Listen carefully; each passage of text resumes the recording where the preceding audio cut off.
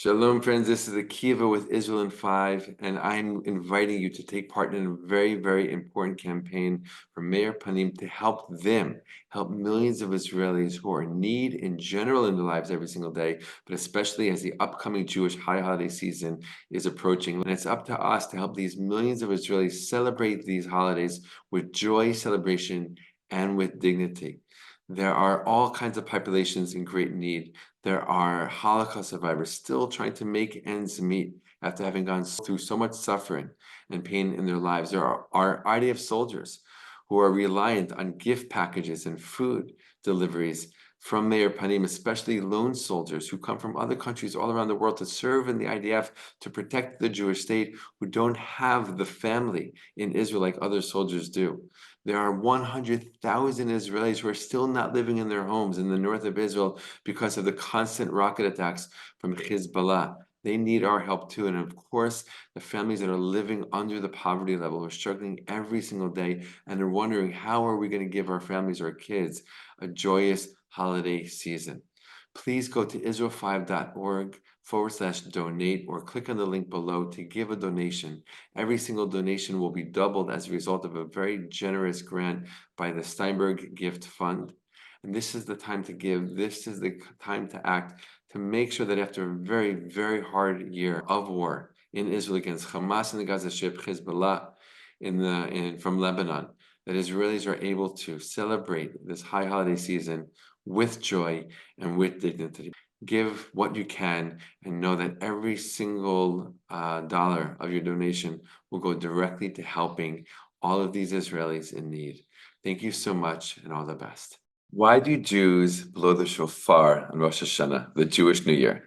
Let's explore this and find out. Shalom, my friends. This is Akiva Gersh with Israel in 5, where we give you everything Israel in 5 minutes. Please like and subscribe. And if you have any questions and want to keep the conversation going, please do so below in the comments. Rosh Hashanah is the 2-day festival that starts off the new Jewish year. It's the Jewish New Year's.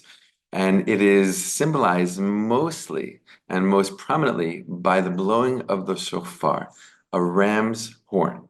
Right? It is blown in a certain kind of way, a certain amount of times, and it is really the highlight and the main ritual of all of Rosh Hashanah. But why do we do this? What is it about, and what does it signify? So we learn in the Torah, in the Hebrew Bible, that there is an obligation on Rosh Hashanah to blow the shofar. Now, many of the details are left out of how many, using what, what does it sound like? Those come from the oral tradition, as we call it, in Judaism. And as a result of that, we find out that there's 3 different sounds that we make using the shofar, typically a ram's horn, for a total number of 100 shofar blasts throughout the day.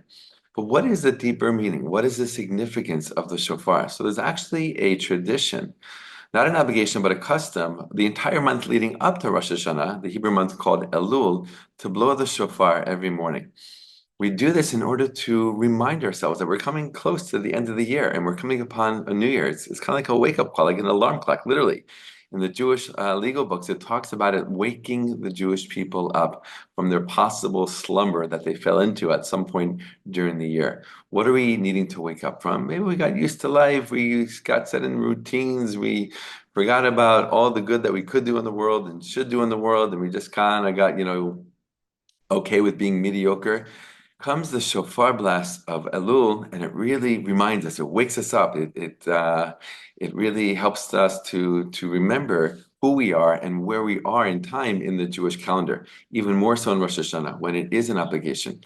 And we stand in synagogue and we hear the shofar. Many people like to close their eyes during the shofar blast to really take it in, right? And really let that sound penetrate them and really kind of shake them, right? There's a verse from the Hebrew Bible that says, will a shofar be sounded in a city and people won't tremble?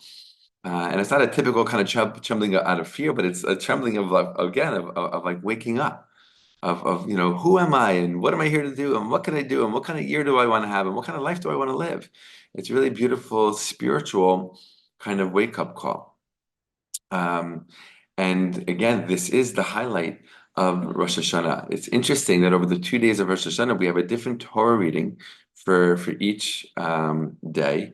And one of the days we read about what we call in Hebrew Akedat Yitzchak, the binding of Isaac, when Abraham was told by God to bring Isaac, his only son, and offer him up as a sacrifice. Now we know the end of the story. That's not really what God wanted, and God was just testing him. And Abraham passed the test. He was about to sacrifice his only son, right, from Sarah. And then at the very last minute, when the angel of God told him, "No, no, no, no, no, don't do this. I see that you obey God." Abraham looked around and he saw a ram stuck in this thicket, right, in these bushes, and he took that ram and sacrificed the ram in place of his son. And that is directly linked to the ritual and to the law and to the custom, the practice of blowing a shofar on Rosh Hashanah, right? Because really the binding of Isaac was this complete dedication, complete devotion to God. And according to Judaism, on the spiritual level, when we blow the shofar, we're crowning God king, right? And when we blow the shofar, we're saying, God, you are the king. You're the king of our lives. You're the king of our people. You're the king of the world. And it really is this show of dedication and devotion and wanting to start this year, this new Jewish year, off in this kind of way, right? Showing this deep love and this deep connection and this deep dedication and devotion. And that's what Rosh Hashanah has the shofar as its main and central focus, main and central ritual, main and central practice, being the shofar, right? To really kind of start off the whole year. It's interesting to see where else we see the shofar in the Torah.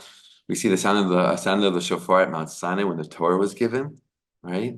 It accompanied the giving of the Ten Commandments. We see the shofar was used and other kinds of trumpets and stuff when the Jewish people were going out to war, right? To really get them ready, to get them focused. What are you here to do? What are you trying to accomplish right now? And lastly, at the Jubilee year, every 50 years, the shofar was sounded on Yom Kippur of the 50th year. And when it was, all the slaves went free and all property returned to its original owner.